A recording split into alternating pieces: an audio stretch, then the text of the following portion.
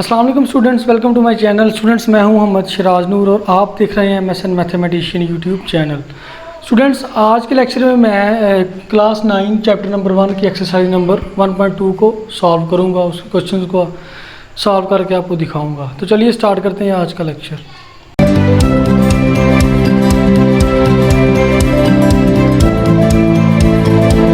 Students, सबसे पहले question पे वो कह रहा है कि from the following matrices identify unit matrices, row matrices, column matrices and null matrices. Exercise 1.2 का क्वेश्चन नंबर 1। तो इनमें से हम जो इसका फर्स्ट पार्ट ले लेते हैं। फर्स्ट पार्ट उसने क्या दिया हुआ है, क्वेश्चन नंबर 1 का वेरी फर्स्ट पार्ट, वो उसने हमें मैट्रिक्स दिया हुआ है 0 0 0 एंड 0। देखिए, मैंने बताया था कि ऐसा मैट्रिक्स जिसकी सारी एंट्रीज 0 हो तो वो कौन सा मैट्रिक्स होगा, नल मैट्रिक्स और 0 मैट्रिक्स। तो ये या तो नल मैट्रिक्स उसको कह सकते हैं या फिर कह लें 0 मैट्रिक्स। पार्ट बी में देखेंगे 2 3 4 है, ये रो मैट्रिक्स होगा क्योंकि इसमें एक ही रो है। पार्ट सी कॉलम मैट्रिक्स होगा, इसमें एक ही कॉलम है। पार्ट डी जो है, पार्ट डी इधर करते हैं। पार्ट डी में उसने दिया हुआ है 1 0 एंड 0 1। अब देखें कि मैंने बताया था कि जिसकी डायगोनल्स में 1 1 आ जाए तो उसको कौन सा मैट्रिक्स कहते हैं, आइडेंटिटी मैट्रिक्स। पार्ट ई उसने दिया हुआ, सिर्फ उसने 0 दिया हुआ है, तो इसमें एक ही एंट्री है जो कि 0 है, तो ये हमारे पास 0 मैट्रिक्स और नल मैट्रिक्स।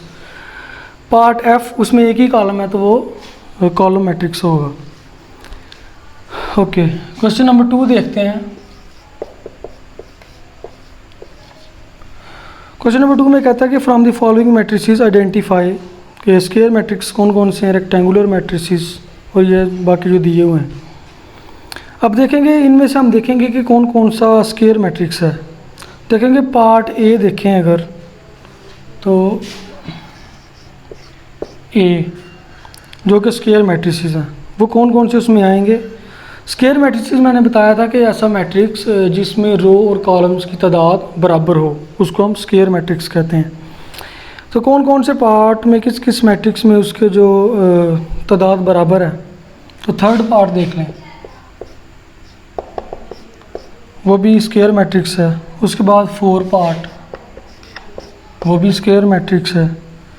उसके बाद 8 पार्ट 8, वो भी स्क्वायर मैट्रिक्स है क्योंकि इन मैट्रिक्स में रोज़ और कॉलम्स की तादाद सेम है। ठीक है। अब बी पे वो कह रहा है कि कौन कौन सा रेक्टेंगुलर मैट्रिक्स है। अब रेक्टेंगुलर मैट्रिक्स ऐसा मैट्रिक्स जिसमें रोज़ और कॉलम की तादाद बराबर ना हो, तो 1 में भी नहीं है। ठीक है, 1 भी रेक्टेंगुलर मैट्रिक्स है, 2 भी रेक्टेंगुलर मैट्रिक्स है। ठीक है, और उसके बाद कौन सा है, 5 भी रेक्टेंगुलर मैट्रिक्स है, 6 भी रेक्टेंगुलर मैट्रिक्स है। उसके बाद 7 भी रेक्टेंगुलर मैट्रिक्स है, कॉलम्स और रो की तादाद बराबर नहीं है।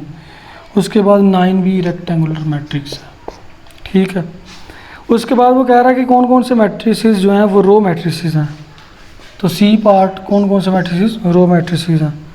तो रो मैट्रिसेस जिसमें सिर्फ एक ही रो होगी। 2 पार्ट, सेकंड पार्ट, ये भी रो मैट्रिक्स है। सॉरी, ये कॉलम मैट्रिक्स है, ये नहीं है। रो मैट्रिक्स 6 पार्ट जो रो मैट्रिक्स है। उसके बाद कोई नहीं है। उसके बाद कॉलम मैट्रिक्स कौन कौन सा है। कॉलम मैट्रिक्स देखेंगे सेकंड पार्ट, ये कॉलम मैट्रिक्स है। उसके बाद 7 पार्ट, ये भी कॉलम मैट्रिक्स है। ठीक है। अब वो कहता है कि कौन कौन से मैट्रिसेस आइडेंटिटी मैट्रिक्स, ई पे देख लेते हैं। इसमें आएगा कि आइडेंटिटी मैंने बोला था कि जिसके डायगोनल्स में 1 आएगा तो वो आइडेंटिटी मैट्रिक्स होगा। 4 पार्ट, उसके डायगोनल्स में 1 आ रहा है। उसके बाद कोई नहीं है। आगे एफ पे उसने दिया हुआ है कि कौन कौन सा नल मैट्रिक्स है। नल मैट्रिक्स जिसकी सारी एंट्रीज 0 होंगी। तो इसमें नल मैट्रिक्स कौन कौन सा आएगा, 6 सिर्फ 9 पार्ट आएगा जो लास्ट पे है, उसकी सारी एंट्रीज 0 हैं, तो ये नल मैट्रिक्स हो गया। ओके, तो अब क्वेश्चन नंबर 3 देखते हैं कि from the following matrices identity, diagonal, scalar and identity matrix हमने फाइंड आउट करने हैं, कौन कौन से हैं। अब देखें कि हम इधर करते हैं। देखिए हमारे पास क्वेश्चन नंबर 3 है। क्वेश्चन नंबर 3 का ए पार्ट उसने दिया हुआ है, ए मैट्रिक्स। तो ए मैट्रिक्स में उसने दिया हुआ है 4 0 0 and 4।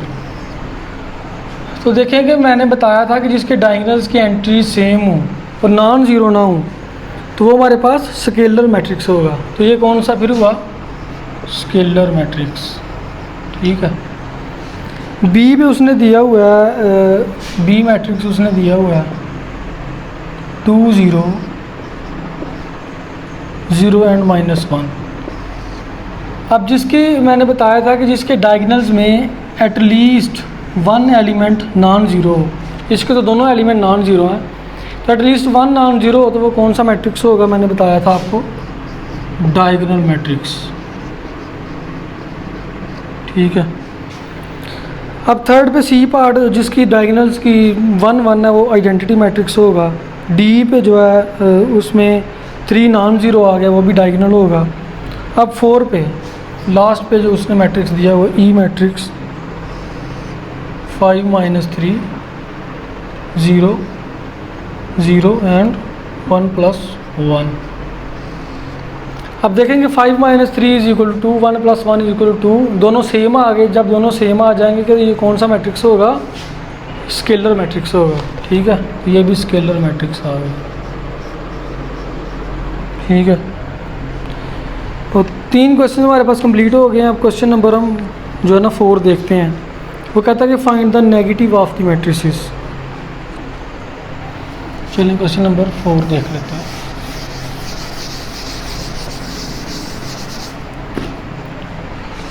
Question number 4, find the negative of matrices A B C D and E. तो नेगेटिव मैंने क्या बताया था कि कोई मैट्रिक्स है उसकी जो उसमें हम साइन चेंज कर दें तो वो नेगेटिव बन जाएगा। लेट सपोज कि हम इसका डी पार्ट ले लेते हैं। डी पार्ट उसने दिया हुआ है -3 2 -4 एंड 5। अब इसका नेगेटिव लेंगे तो हमारे पास क्या आएगा, इसकी -d ये आ जाएगा 3, इसके साथ -2 आ जाएगा, इसके साथ माइनस है माइनस कैंसिल 4 आ जाएगा, इसके साथ -5 आ जाएगा। जिसके साथ माइनस है उसके साथ प्लस रहने दिया, जिसके साथ प्लस है उसके साथ माइनस लिख दिया, इसके साइन चेंज कर दे तो ये नेगेटिव ऑफ मैट्रिक्स हो गया। बाकी भी इसी तरह के। क्वेश्चन नंबर 5 वो कहता है कि find the transpose of each of the following matrices. हमने ट्रांसपोज फाइंड करना है। तो स्टूडेंट्स मैंने ट्रांसपोज फाइंड करने का आपको बताया था कि जो किसी मैट्रिक्स की रोज़ को कॉलम फॉर्म में और कॉलम फॉर्म को रोज़ फॉर्म में लिख दें तो वो ट्रांसपोज निकल आता है। यहाँ से हम ले लेते हैं सी पार्ट ले लेते हैं। सी पार्ट उसने दिया है 1 2 2 -1 3 एंड 0। अब इसका हमने ट्रांसपोज लेना तो मैंने बताया था इसको सी टी से डिनोट करते हैं।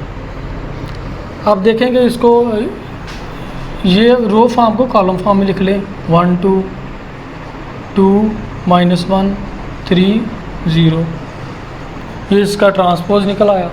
बाकी भी इसी तरह फाइंड करने हैं।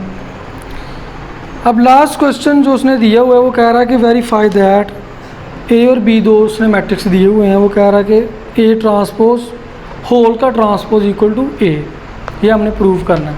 चलिए प्रूव करते हैं।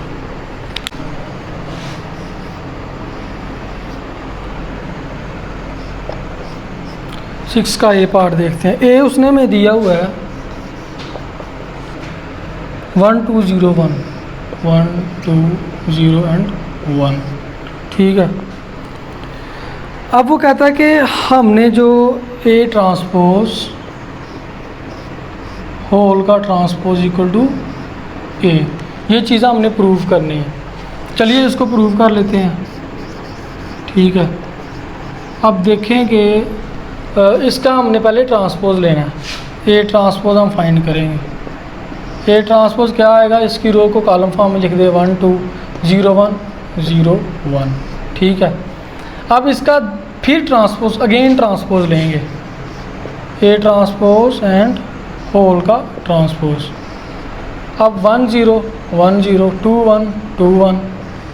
अब देखें कि ए देखें हमारे पास क्या है, 1 2 0 1 1 2 0 1। तो ये देखें ए ट्रांसपोज होल का ट्रांसपोज इक्वल टू ए के इक्वल आ गया। तो ये हमारे पास प्रूव हो गया।